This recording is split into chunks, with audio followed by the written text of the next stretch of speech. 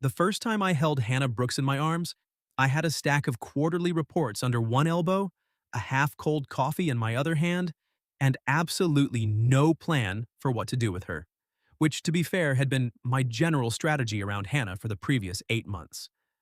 Avoid eye contact for too long. Say something normal. Do not stare when she laughed. Do not imagine what it would be like if she ever looked at me like I was more than the guy who fixed printer jams and made clean spreadsheets. Then she tripped over the corner of a sample display in the hallway, crashed straight into my chest, and I caught her by the waist before either of us hit the floor. Her hands landed on my shoulders. My coffee survived. My dignity did not. For about 3 seconds, the entire fourth floor of Whitaker and Rowe Marketing went completely silent. Hannah blinked up at me. I blinked down at her. Then she grinned like she had just discovered a new hobby and said, "Ooh, I need to fall again." That was the moment I knew my work crush was going to ruin my life. In a good way, possibly, but still, ruin. My name is Daniel Mercer. I was 25, a project coordinator at a mid-sized marketing firm in Columbus, Ohio, and I had built most of my adult personality around being useful without being noticed. If a client meeting needed 5 versions of a deck, I made 6. If the office kitchen ran out of decent coffee, I knew where the emergency bag was hidden. If someone cried in the stairwell after a bad performance review, I became mysteriously busy nearby until they either wanted water or privacy. I liked things organized, predictable, low risk. That was partly because of work, mostly because of Caroline. Caroline was my ex-fiancée, though saying it out loud still felt like trying on somebody else's coat. We had called off the wedding 10 months before after she admitted she had been in love with the idea of us more than me. She was not cruel about it. That almost made it worse. Ever since then, I had stayed in my lane. Work. Gym. Frozen dinners I pretended were meal prep. Occasional beer with my friend Marcus, who kept telling me I needed to get back out there, as if dating were a parking lot and I had simply forgotten where I left my car. Then Hannah joined the firm. She was 24, sharp as a paper cut, and somehow always looked like she had stepped out of a better lit version of the room everyone else was in. That day she wore charcoal slacks, a soft blue blouse, and small silver earrings that swung when she turned her head too fast, which she did constantly because Hannah moved through life like she was late for a train she was excited to catch. She worked in client strategy, which meant she could make nervous executives feel brilliant while quietly saving them from their own terrible ideas. I admired that. I also admired the way she tucked one foot under her chair during long meetings, the way she hummed under her breath when she was thinking, and the way she never said, "just following up" in an email unless she was absolutely prepared to ruin someone's afternoon. But I had rules. Rule 1, no office romance. Rule 2, especially not with someone I actually liked. Rule 3, if Hannah Brooks smiled at me, I should immediately find a reason to look at a spreadsheet. So naturally, there I was, holding her in the middle of the hallway while 17 coworkers pretended not to watch and failed completely. "Are you okay?" I asked. My voice came out lower than I meant it to. Her fingers tightened slightly on my shoulders before she noticed and let go. "I'm fine," she said. "Your reflexes are offensive." "Sorry? You caught me too well. Now I can't even be dramatic." "You want me to drop you?" She looked up at me through her lashes. "Buy me dinner first." Someone behind us coughed. It sounded a lot like Marcus trying not to die. I stepped back so fast I nearly introduced my own spine to the wall. Hannah straightened, smoothing her blouse, but the grin stayed. Not a polite smile. Not a workplace smile. A real one. Warm, dangerous, aimed straight at me. "You saved the reports too," she said, glancing at the papers still tucked under my arm. "I have priorities. And I'm below quarterly performance metrics." I didn't say below. Her eyebrows lifted. I wanted to walk directly into the elevator and keep going until the building ran out of floors. Before I could embarrass myself further, our department director, Janice Cole, appeared at the end of the hall with the expression of a woman who had seen budgets collapse and interns microwave fish. "Daniel," she said. "Hannah, conference room. 2 minutes." Hannah glanced at me. If this is about the falling, I'd like to state for the record that the floor started it. Janice did not blink. Client call. That sobered both of us. The client was Brighton Home Goods, our biggest account of the quarter, and the reason everyone had been running around with sample displays in the first place. We were pitching a national campaign in 3 days. Hannah had built the messaging strategy. I had coordinated the production timeline. If Brighton liked the pitch, our little Columbus office got national attention. If they didn't, Janice got that quiet voice that made grown adults update their resumes. Hannah and I walked toward the conference room together, not touching, very aware that we had just been touching. "You sure you're okay?" I asked quietly. She looked sideways at me. "You keep asking that like you're hoping for a different answer." "I'm hoping you didn't twist anything." I twisted my pride. That heals with ice. And compliments. I laughed before I could stop myself. She smiled at the sound, and something in her face softened just enough to make my chest feel crowded. There were things I noticed because I had a crush. Then there were things I noticed because I paid attention. Hannah's laugh had been lighter when she first started. Lately, it came a second late, like she had to approve it before letting it out. She still charmed clients, still joked with the team, still brought those little cinnamon candies she kept in a glass jar on her desk. But some mornings, she stood in the break room staring at the coffee machine like it had personally betrayed her. I wanted to ask why. I didn't. That was another rule. In the conference room, Janice put us on speaker with Brighton's regional VP, a man named Paul who loved urgency almost as much as he loved saying the word synergy. The call lasted 20 minutes. It felt like dental surgery with charts. Brighton wanted a revised pitch by the next morning. Not 3 days from now, tomorrow. Their CEO had decided to fly in early, and if we wanted a shot, we had one night to rebuild the campaign around a completely different emotional angle. Janice ended the call and looked at the room. Nobody breathed. Then Hannah leaned forward. "We can do it." I looked at her. She looked back. There it was again, that reckless spark, not careless, brave. "We?" Janice asked. Hannah nodded toward me. "Daniel knows the production constraints better than anyone. I know the client's pain points. Put us in the small war room, give us 6 hours and enough takeout to lower our life expectancy." Janice's eyes moved to me. "Daniel."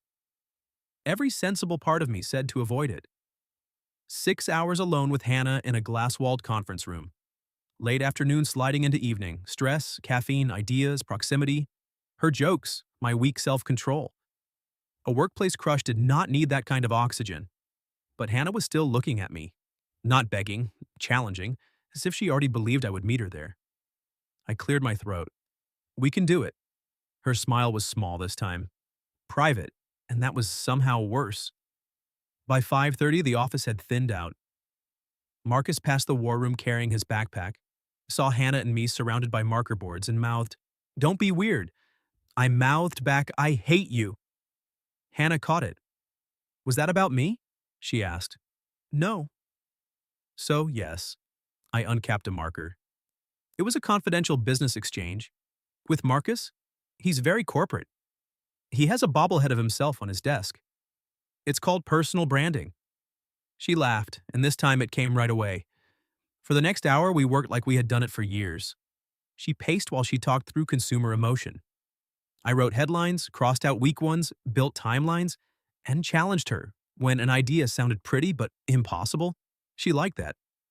I could tell because she stopped softening her opinions. "No," she said at one point, stealing the marker from my hand.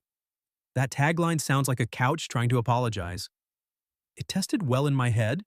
Your head needs a focus. Group. You offering. She paused, marker hovering near the board. Then she said, quieter, "Maybe." The room shifted. Not dramatically. Nothing fell. No music swelled. But her eyes held mine for half a second too long, and suddenly I remembered exactly how her waist had felt under my hand when I caught her. I looked away first. Cowardly, maybe. Professional. That was the lie I chose. At 7, the takeout arrived. Thai food in white containers, 2 plastic forks, and 1 napkin between us because the universe enjoyed subtle cruelty. We sat on the floor beneath the whiteboard, shoes off, backs against opposite sides of the conference table. That, Hannah said, pointing her fork at me, is not how you eat pad thai. I wasn't aware there were rules. There are always rules. I thought you hated rules. I hate boring rules. Food rules matter. Workplace falling etiquette? Very important. She tilted her head. For example, if a woman falls into your arms and delivers an excellent line, you're supposed to flirt back. I almost choked. She looked delighted. I wiped my mouth with the one napkin and tried to recover like a man with at least some inner architecture. I was at work. You are still at work. Exactly. So, Daniel Mercer outside of work is dangerous? No. Daniel Mercer outside of work owns 2 cast iron pans and falls asleep during documentaries. That sounds dangerous to me? Her voice had gone soft around the edges. I looked at her then. Really looked. There was a little smear of sauce at the corner of her mouth. Her hair had slipped from its neat waves into something looser.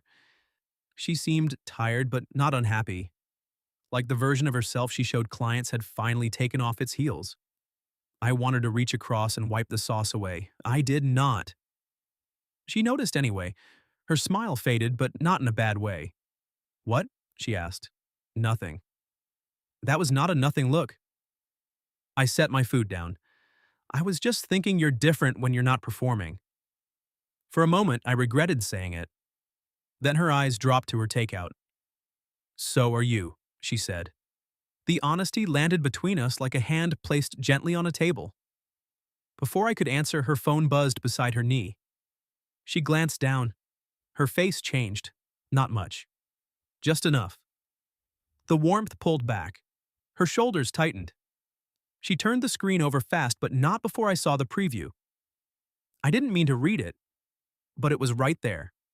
From Mom, please don't embarrass yourself tomorrow. If you're bringing someone to Dad's retirement dinner, make sure he's actually worth showing. Hannah stood too quickly, brushing imaginary dust from her slacks. I should get more coffee, she said. Hannah, I'm fine. There was that word again. But this time, when she reached for the door, she stopped with her hand on the handle and looked back at me. The hallway light caught her face, and for the first time since I had known her, Hannah Brooks looked less like the woman who could sell confidence to a room full of strangers, and more like someone who had been waiting all day for one person to ask the right question. Then she said, Daniel, if I asked you something completely inappropriate for a coworker, would you say no? I should have said, define inappropriate, or we should probably focus on the pitch. Or maybe, Hannah, I am a fragile man who once spent 20 minutes choosing between 2 brands of paper towels, so please do not hand me a live grenade and call it a question. Instead, I said, not automatically. Her fingers stayed curled around the conference room door handle. That's a very Daniel answer. What does that mean? It means you left room for a spreadsheet. I can make one if it helps. Her mouth twitched, but the smile didn't quite hold. She let go of the door and came back to sit on the floor across from me, close enough that our knees almost touched. Almost. I became deeply aware of my kneecaps. My dad's retirement dinner is tomorrow night, she said. Big family thing. My mother has decided that if I show up alone, it means I'm failing at adulthood. That's ridiculous. Correct. Unfortunately, she has never once let being ridiculous slow her down. I leaned back against the conference table. And you need? She looked at me directly, then. Not like a coworker. Not like a strategist calculating an angle.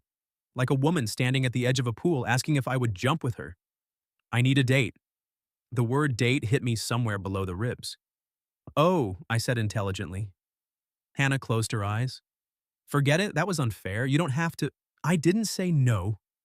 Her eyes opened. I should have been careful, professional, sensible. But she had asked me, not because I was convenient, I could see that now.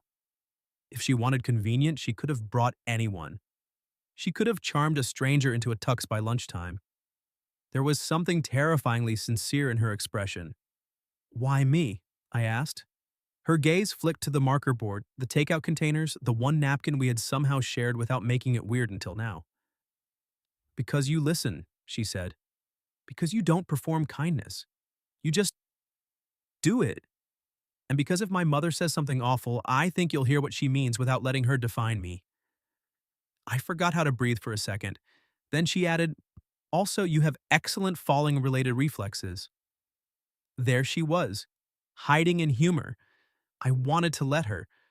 I also wanted to be the person she didn't have to hide from. Hannah, I said, I'll go with you. Her shoulders lowered like she'd been carrying a box no one else could see. Really? Really? As my fake date? The sensible answer was yes. Yes, fake. Clear boundaries, neat columns, no confusion. But my mouth had apparently resigned from the compliance department. As your date, I said, if that's okay. The room went still. Hannah's lips parted a little. I watched it happen and immediately regretted having eyes. That's a dangerous clarification, Daniel Mercer. I've been told I'm dangerous. Cast iron pans. She laughed softly, but color had risen in her cheeks. Okay, she said, as my date. We sat there smiling at each other like idiots while $40,000 of client strategy waited on the wall. Then she picked up the marker and pointed it at me. Ground rules. Of course. 1. You do not let my Aunt Rita corner you near the dessert table. She asks single men about fertility like she's buying livestock. Terrifying, noted. 2. If my cousin Malcolm talks about crypto, fake a medical emergency. I can do a convincing allergic reaction. 3. She hesitated. I waited. Her voice softened. If my mother says something that makes you wonder why I'm like this, please remember, I am trying very hard not to be. There it was again. The little door opening. I could have made a joke. She almost wanted me to. Instead, I moved my foot just enough that the side of my shoe touched hers. A small contact. Ridiculous, maybe. Her eyes dropped to it. Then she pressed back. I don't wonder why you're like this, I said. I like how you are. She stared at me. The air between us changed for the second time that night, only now there was nowhere for me to look except at her. You can't just say things like that, she whispered. I know, I'm usually much more repressed. That was me flirting, by the way, in case your spreadsheet didn't catch it. It caught it. It's making several notes. Her smile was slow this time. Not teasing, inviting. For one reckless second, I thought she might lean forward. For one even more reckless second, I thought I might meet her halfway. Then the conference room lights flickered, and both of us looked up like guilty teenagers. The spell broke, but not completely. It left something behind. A promise, maybe. We worked until after 10. The revised campaign came together with the kind of strange late-night magic that made exhaustion feel like electricity. Hannah built the emotional core around coming home to a place that remembered you. I mapped out the production rollout so tightly Janice might actually smile, which was rarer than a printer working on the first try. By the time we finished, the office was dark except for our room. Hannah stood at the whiteboard reading the final tagline. Brighton Home Goods, she said. Come back to what feels like yours. It's good. It's better than couch apology. Most things are. She turned, grinning, and almost stepped on an uncapped marker. I reached out instinctively. This time she didn't fall. This time my hand closed around hers. We both looked down. Her fingers were warm, smaller than mine, but not delicate. Hannah had hands that moved when she talked, that shaped ideas in the air, that tapped nervous rhythms against coffee cups. Now they were still, held in mine. I didn't fall, she said quietly. No. But you caught me anyway. My thumb brushed over her knuckle before I could stop it. Her breath caught. It was tiny, barely there. It ruined me. Hannah? The elevator dinged down the hall. We let go at the same time, but slowly, like neither of us wanted to be rude to whatever had started between us. Janice appeared a moment later, coat over her arm, eyes tired but sharp. You two still alive? Technically, Hannah said. Janice scanned the board, then the deck on my laptop. Her face revealed nothing for a full minute. Then she said, Send it to me. Go home. Be back at 8. That was Janice for excellent work. I may name a conference room after you. Hannah packed her bag while I sent the files. We rode the elevator down together, standing closer than necessary and not nearly close enough. In the lobby, rain streaked the glass doors. I walked, Hannah said, frowning. At 10:30 at night in the rain? It wasn't raining when I made my poor choices. I'll drive you. She gave me a look. Daniel. What? We're already going to a family dinner together. If you also drive me home, people will start thinking you like me. I held the door open and let the cool smell of rain rush in. People would be observant. She stepped under the awning, then turned back to me. The city lights blurred behind her. Her hair had finally given up and slipped around her face in soft pieces. She looked tired and bright and so beautiful I had to grip my keys to keep from reaching for her. You like me? She asked. There was teasing in it. There was also fear. I recognized that. The moment before an answer could bruise, so I didn't joke. Yes, I said. I do. Hannah's expression changed so openly that it felt like watching a sunrise she hadn't meant to show me. Oh, she said. I smiled. Very Hannah answer. She laughed, stepping closer beneath the awning. I like you too. My heart did something unsustainable. Good to know. Don't get smug. I'm internally unbearable right now. Externally, you're doing okay. The rain came down harder, drumming against the awning, making a small private room out of the night. Hannah looked at my mouth. It was quick. It was not subtle. Every rule I'd made for myself lined up behind my ribs and begged for mercy. We should go, I said, because I was trying to be decent. We should, she agreed. Neither of us moved. Then she reached out, took the front of my raincoat lightly between two fingers, and tugged me 1 inch closer. Not enough for a kiss, enough to make the possibility stand there with us. For tomorrow, she said softly, if my mother asks how long we've been dating, what should we say? I looked down at her hand still holding my coat. Long enough that I know better than to answer for you. Her grin returned, wicked and warm. Good answer. Then she let go, walked into the rain toward my car, and called over her shoulder, Come on, fake real date. I want to see if your driving is as repressed as your flirting. I followed her, smiling like an idiot. And for the first time in almost a year, I didn't feel like I was getting back out there. I felt like I was walking towards someone. The Brighton pitch went so well the next morning that Janice smiled with teeth. That may not sound significant if you did not note Janice Cole, but in our office, it was roughly equivalent to a solar eclipse. Hannah presented like she had slept 8 hours instead of 4.5. She moved through the deck with clean confidence, her voice warm, her answers sharp. I handled timeline questions, budget limits, vendor capacity, all the practical things that usually made creative ideas limp sadly into a corner. Together, somehow, we looked inevitable. When the call ended, Brighton's VP said, This is exactly what we were hoping for. Janice muted the speaker. The room stayed silent. Then Marcus whispered, Should we clap or sacrifice something? Hannah looked at me across the conference table. I should have looked professional. Instead, I smiled at her like she was the whole campaign. Her answering smile was quick, bright, and only for me. That smile carried me through the rest of the day.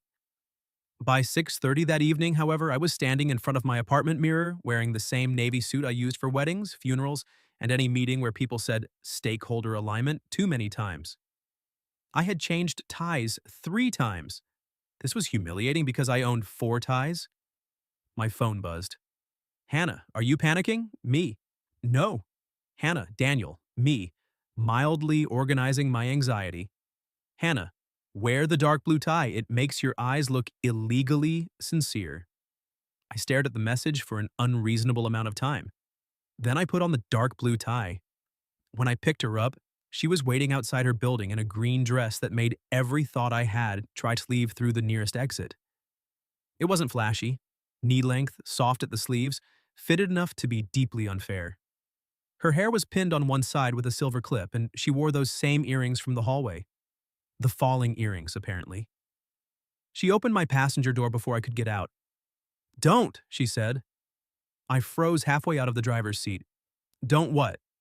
Don't say something polite like, you look nice. I'm emotionally unstable and require better. I closed my mouth. She slid into the car, then looked at me expectantly. I swallowed. You look beautiful. For once, Hannah Brooks had no immediate comeback.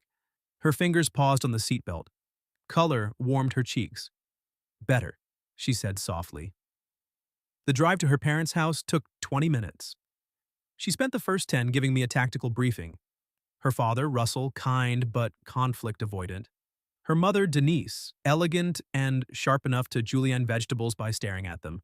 Her brother, Simon, harmless, unless discussing marathon training. Aunt Rita, fertility interrogator. Cousin Malcolm, crypto hazard. And if anyone asks how we met, I said.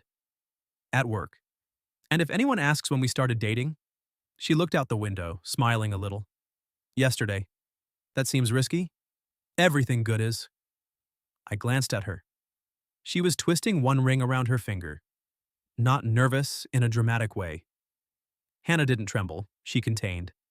She folded fear into neat corners and sat on it. Without thinking too hard, I reached across the center console and offered my hand, palm up. She looked at it, then at me. You don't have to hold my hand just because we're about to walk into the lion enclosure. I'm not. Then why? Because I want to. Her face changed in that way I was starting to crave, like honesty surprised her before it pleased her. She put her hand in mine. We drove the last 10 minutes that way. Her parents' house was warm and loud and full of people who all seemed to know exactly where the serving spoons lived. Russell Brooks welcomed me with a handshake and genuine relief, as if my arrival personally lowered the room's temperature. Denise Brooks looked me over with a smile that had been trained, not grown. Daniel, she said. Hannah didn't mention you until yesterday. I wasn't very interesting until then, I said. Hannah choked on a laugh beside me. Denise's eyebrows lifted. Modesty, how unusual. Dinner was roast chicken, glossy potatoes, salad no one trusted, and a series of conversational traps disguised as polite questions. So, Daniel, Aunt Rita said before the bread had completed one lap around the table, do you want children? Hannah dropped her fork. I took a sip of water. Eventually, yes, but I usually try to survive appetizers first. Russell laughed into his napkin. Hannah pressed her knee against mine under the table. Not accidentally. My brain immediately abandoned all higher functions. For the next hour, we played the strangest game of my life. Part performance, part truth. When Malcolm started explaining decentralized finance, Hannah touched my wrist and murmured, allergic reaction in 3, 2. I coughed so convincingly Simon offered me an inhaler. When Denise asked if my career had clear upward movement, Hannah leaned forward before I could answer. Daniel is the reason Brighton didn't eat us alive today, she said. He makes difficult things look manageable. Her voice was proud. Of me. I stared at my plate because, if I looked at her, everyone at the table would know I was done for. Then Denise turned to her daughter. And you, sweetheart? Still working those hours? You look tired? It sounded like concern. It landed like a slap. Hannah smiled automatically. Big week. You always say that. I only worry because when you run yourself down, you get... Denise waved one elegant hand. Intense. I felt Hannah's knee withdraw from mine. I missed it instantly. Across the table, Russell looked pained. Simon became fascinated by potatoes. No one rescued Hannah because I realized this was a family rhythm. A song they all knew and hated, but kept singing. Hannah's smile stayed perfect. Too perfect. I set my fork down, not to save her, not to play hero. Because the woman beside me had spent last night trusting me with a cracked piece of herself, and I wanted to stand there with her in the crack. I like intense, I said. Denise looked at me. So did Hannah. I kept my voice easy. Hannah cares enough to be precise. She's intense because she's paying attention. The table quieted. Hannah's hand found mine under the table. This time, she held on hard. Denise's smile thinned. How lovely that you think so. I do, I said. Very much. Hannah's thumb moved once across my knuckles. After dinner, Russell gave a short speech about retiring after 37 years as a high school principal. Hannah teared up at the part where he thanked his family, then pretended she hadn't by aggressively rearranging dessert plates. I followed her into the kitchen carrying coffee cups. You okay? I asked. She leaned back against the counter and closed her eyes. If I say fine, will you throw a spoon at me? Only a small one. She laughed, but it cracked at the edges. I hate that she can still do that. she whispered. I'm a grown woman. I negotiate with executives. I can make an entire room pivot in 10 minutes. Then my mother says I look tired, and suddenly I'm 16 and too much again. I set the cups down. Slowly, so she could move away if she wanted, I stepped closer. She didn't. Hannah, I said, you are not too much. Her eyes opened.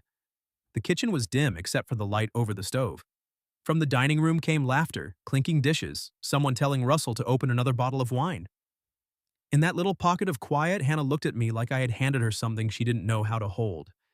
You keep saying things I want to believe, she said. Good.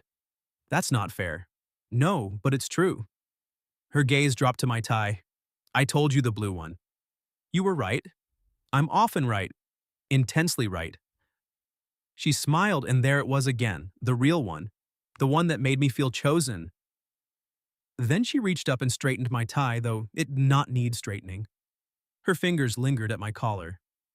I asked you to come tonight because I needed backup, she said. But somewhere between your fake allergy and telling my mother you liked me intense, I stopped pretending this was fake. My heart slammed once, hard. I stopped yesterday, I admitted. Her eyes lifted to mine. Under the awning? Before that. When? I thought of reports under my arm, coffee in my hand, Hannah grinning up from my grip like gravity was an inside joke. When you fell, I said. She laughed softly. That is such a terrible origin story. It's mine. Her fingers curled lightly around my tie. Daniel? Yeah? I'm going to kiss you now, unless your workplace rules are still unionized. They're currently on strike. She pulled me down. The first kiss was soft, careful, a question. The second was not. The second was Hannah rising onto her toes, my hand finding her waist again, exactly where it had been in the hallway, only now I knew what to do with the feeling. She tasted like coffee and sugar and something warm I wanted more of immediately. When we broke apart, she stayed close enough that her breath touched my mouth. Ooh, she whispered. I smiled against her. Need to fall again? Her grin turned wicked. Don't tempt me. My aunt will ask if we're fertile. I laughed, and she kissed me once more, quick and sweet, before stepping back with flushed cheeks. We returned to the dining room holding hands. This time, we didn't let go. By Monday morning, 3 things had happened. Brighton approved the campaign. Janice used the word outstanding without visible pain. And Marcus cornered me by the vending machines with the expression of a man prepared to be deeply annoying. You kissed her, he said. I looked at the granola bars like they might provide legal counsel. Good morning to you, too. You kissed Hannah Brooks. Lower your voice. So, yes. I didn't say that. You're wearing the face. What face? The face of a man who has discovered both joy and terror in the same weekend. Unfortunately, that was accurate. Hannah and I had not talked much after the dinner. I'd driven her home, walked her to her building, and kissed her again under the little awning by her door while rain tapped gently above us. Not frantic, not hidden. Just sweet and slow and devastating. Then she'd rested her forehead against my chest and said, I don't want to make work weird. And I'd said, me neither. Then neither of us had suggested how to accomplish that because apparently kissing was easier than logistics. Now it was Monday, and Hannah was across the office in a cream sweater, laughing at something one of the designers said. She looked normal. I felt like my ribs had been rearranged. Marcus followed my gaze and softened slightly. For what it's worth, I like this for you. You hated my last relationship. I hated that you disappeared inside it. I glanced at him. He shrugged. With Hannah, you look present. Before I could answer, my phone buzzed. Hannah, stop having a serious vending machine conference and come to the archive room in 5 minutes. Me. That sounds suspicious. Hannah. It is. Bring your illegally sincere eyes. 5 minutes later, I found her in the archive room between shelves of old client samples and forgotten promotional mugs. This is either very romantic or how people get fired, I said, closing the door behind me. Could be both. She stepped closer, smiling. Hi. Hi. For a second, we just stood there, grinning like we'd invented the concept of privacy. Then she reached for my hand. That simple touch did more damage than the kitchen kiss. I wanted to see you without everyone watching, she said. Are they watching? Marcus has the subtlety of a parade. True. Her thumb traced the side of mine. I also wanted to ask where your head is. With you or with work? Both. The question deserved more than banter. I leaned against the shelf, tugging her gently closer until we stood toe to toe. My head is telling me we should be careful, I said. My stomach is doing backflips every time you look at me. My heart is apparently no longer accepting outside management. Her smile trembled at the edges. That was very organized for a confession. I had categories. I like your categories. What about you? She looked down at our joined hands. I'm scared. The words were quiet but immediate. I squeezed her fingers once. Of work? I asked. Of liking you this much this quickly. She lifted her eyes. Of turning something good into something I have to defend. Of my mother being right that I'm too intense and someday you'll get tired. I hated how calmly she said it, like she had rehearsed the wound. I let go of her hand only to cup her face. Her breath caught. I don't want a smaller version of you, I said. I want the woman who steals markers, bullies taglines, kisses me in kitchens, and terrifies crypto cousins. A laugh escaped her, wet and soft. That is an oddly specific woman. She's my favorite. Hannah leaned into my hand. For a moment, the office disappeared. The fluorescent lights, the files, the policies, the risk. There was just her looking at me like she might believe me if I kept saying it long enough. So I kissed her. Not like the first time. This kiss had certainty in it. Her hand slid up my chest and mine settled at her waist, drawing her closer until there was no almost left between us. She made a small sound against my mouth that I knew I would remember at inconvenient times for the rest of my life. When we broke apart, she smiled. Okay, she whispered. That helped. I'm available for morale support. I'll note it in the project plan. We agreed on caution after that. No office spectacle. No sneaking around like we were ashamed. We would read HR policy, talk to Janice if it became necessary, and not let fear make all the decisions. It felt mature. It lasted 6 hours. At 4:30, Janice called us into her office. Hannah sat beside me, knees angled toward mine by the smallest degree. Janice folded her hands on her desk. I don't care who dates whom as long as the work stays clean, and nobody creates a power imbalance I have to document before coffee. Hannah went very still. I said, Understood. Janice looked between us. You're not in each other's reporting lines. Brighton likes you both. Don't make me regret being sane. Hannah blinked. That's it? That's it. Also, Marcus owes me $20. I turned. Marcus bet on this? Half the office bet on this, Janice said. Go away. In the hallway, Hannah covered her face with both hands. I tried not to laugh. Failed. We are workplace folklore, she groaned. Could be worse. How? Marcus could have won. She dropped her hands, eyes bright with embarrassment and amusement. You're enjoying this? A little.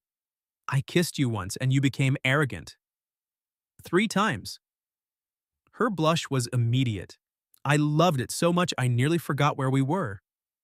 Then her phone rang. She glanced at the screen and the warmth left her face. Mom, she said. My chest tightened. She didn't answer. The call stopped, then a text appeared. Hannah read it, jaw tense. Everything okay? She handed me the phone. Denise, your father told me Daniel was lovely. I hope you're not rushing into another phase just because someone finally praised you. I felt a flare of anger, clean and sharp. But Hannah took the phone back before I could speak. I know, she said. It's classic.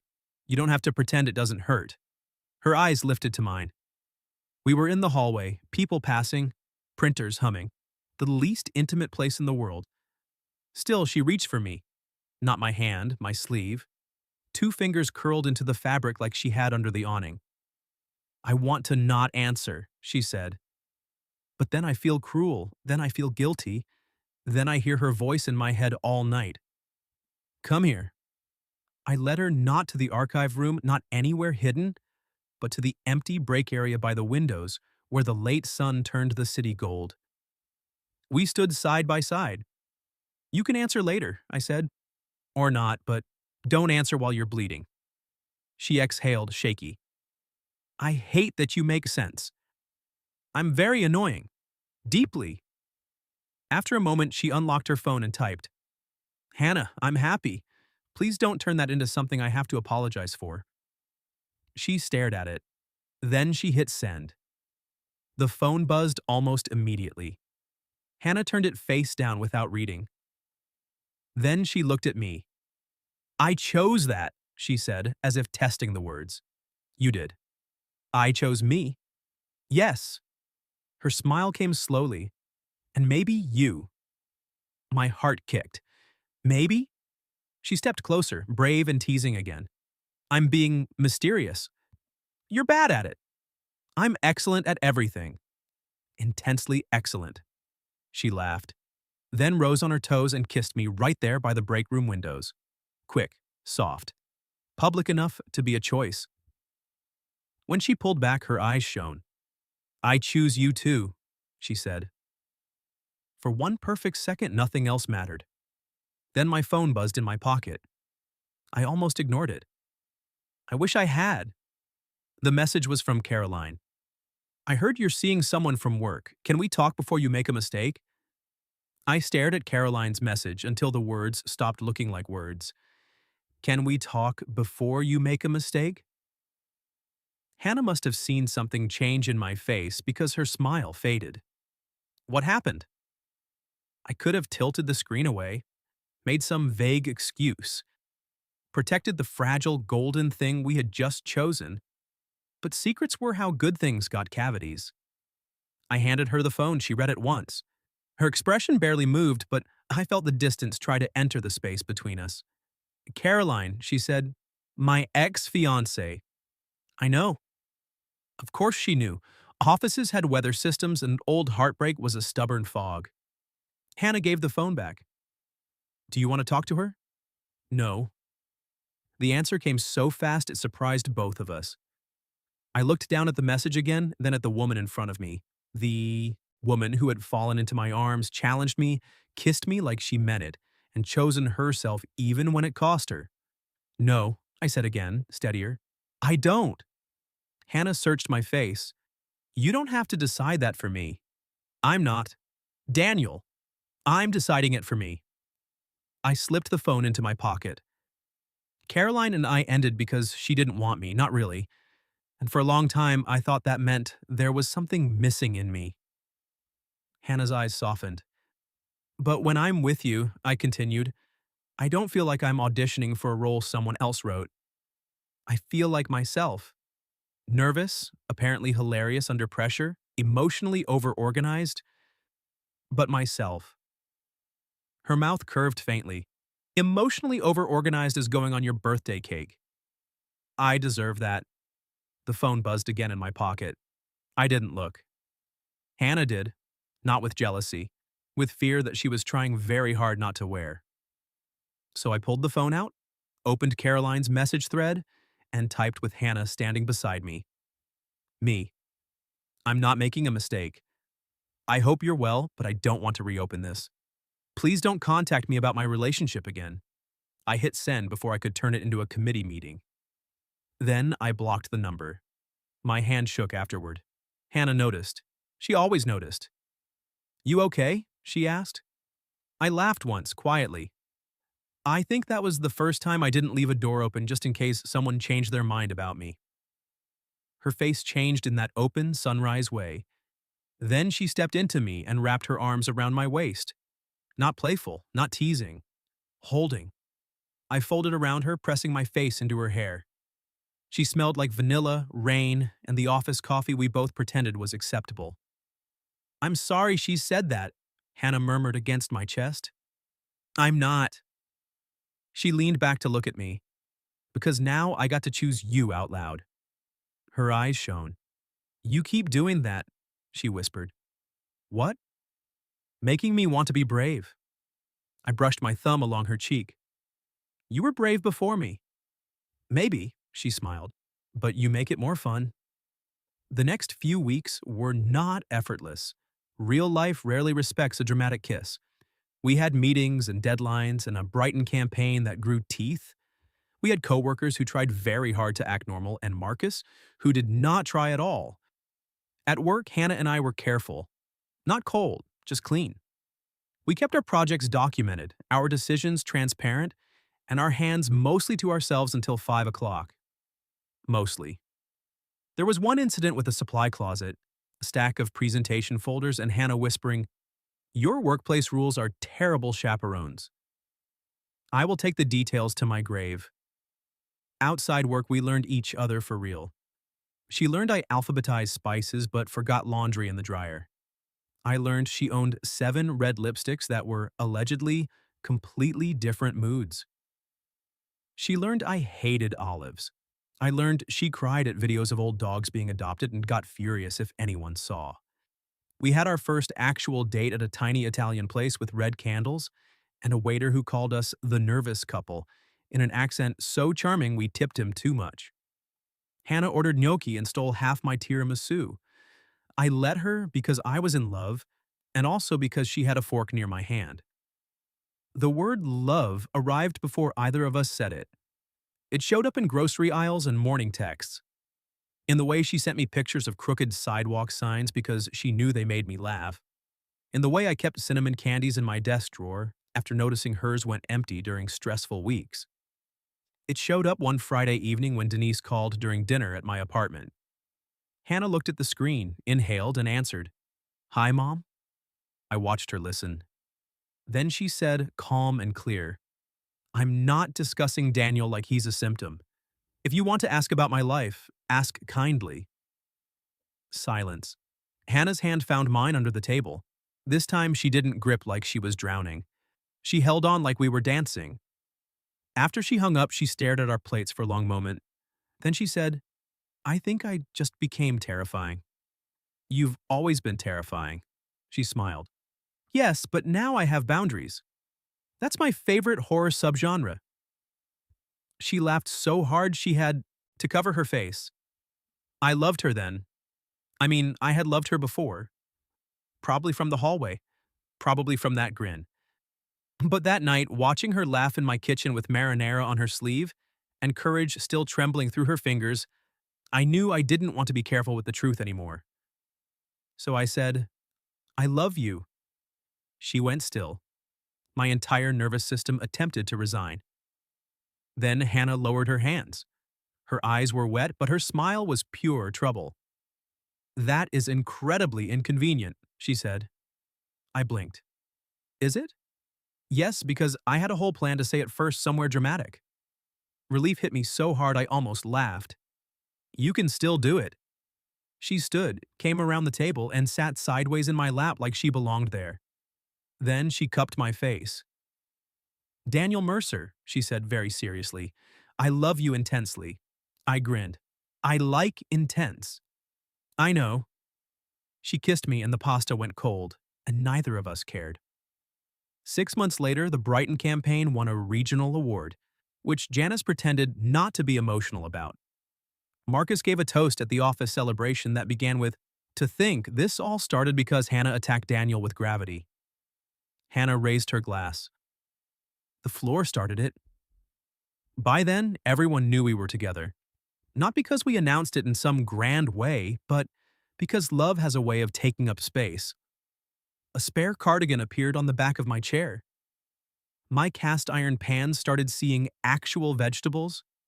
Hannah's cinnamon jar migrated between our desks like a tiny custody arrangement. A year after that night in her parents' kitchen, we moved into a sunlit apartment with uneven floors and a balcony just big enough for 2 chairs.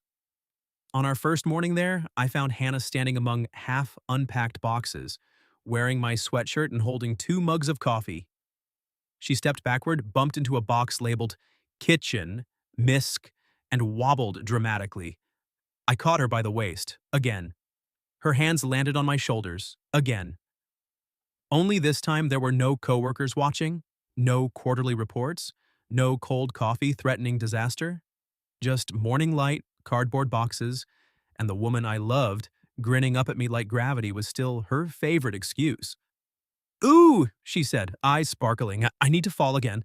I pulled her closer. "You've been using that line for a year. And it keeps working.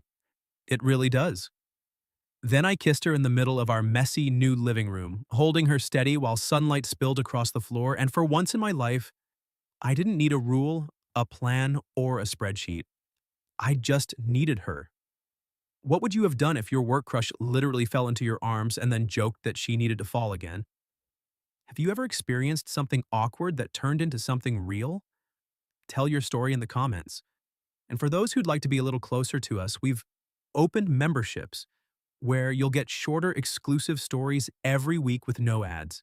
If you like this one, leave a like, subscribe, and I'll see you in the next video.